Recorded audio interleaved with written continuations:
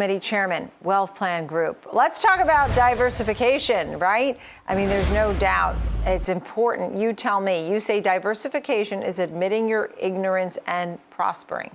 What does that mean?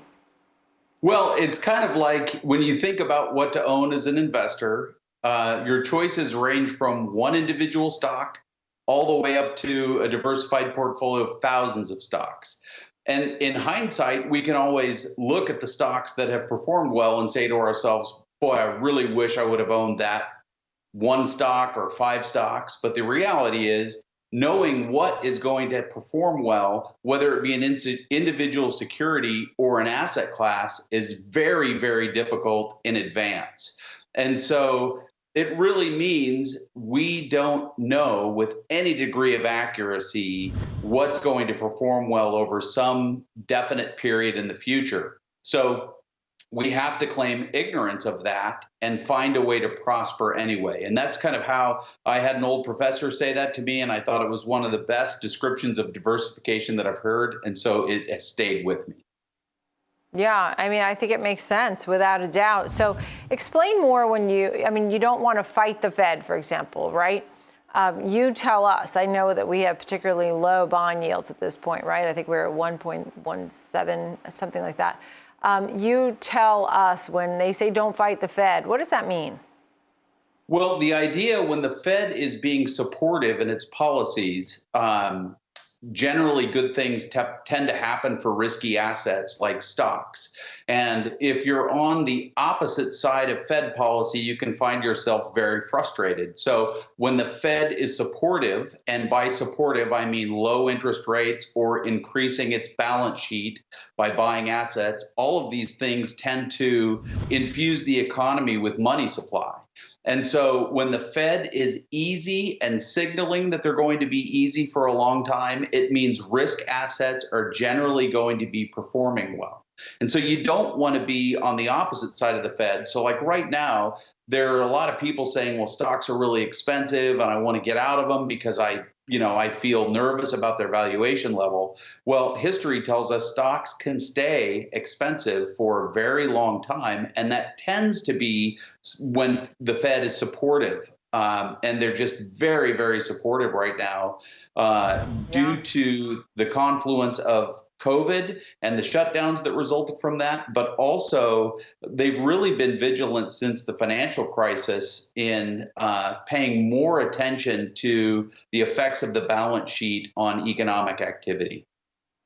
Well, why don't you expand? Because I thought it was interesting when you talked about when you have a Fed that's basically supporting the market in the way that they are doing so now, right? With bond buying and incredibly low rates, record low rates here. That sometimes the riskier assets can do well in this environment, right? Or the market moves up. I mean, for example, the Dow hit a new intraday high today. The S&P was 1/4% away from a record high. The Fed is keeping the juice going, right? So what does that mean? What kind of sectors are the sectors that are okay to be in at this point? Well, I think it's growth stocks in general. So that would mean things like technology in particular has done very well. And anything that has maybe a more cyclically oriented growth flavor to it because of the supportive policies of the Fed and the fact that we're coming out of the GDP slowdown caused by COVID. So there's another lens one can look through at the markets rather than traditional growth value or say a sector lens. And that is the degree to which a business may be digitally enabled. I mean, we're doing this call right now over Skype, and these types of things hadn't always happened, say, 10 years ago. We've seen an acceleration of companies' revenues that have a digitally enabled business model. And I think that is something to pay attention to even for the next several years. When we're doing the picking, right, for our portfolio, as you're saying, first of all, you do have to know your risk tolerance. I think you make a great point with that, right? You don't want to pick the riskiest stocks if you just can't stand to lose a buck, right? Because that could happen. That being said, when you're planning a portfolio, what kind of elements do you look at? What are some of the staples that maybe go into that portfolio? We think about diversifying by strategy.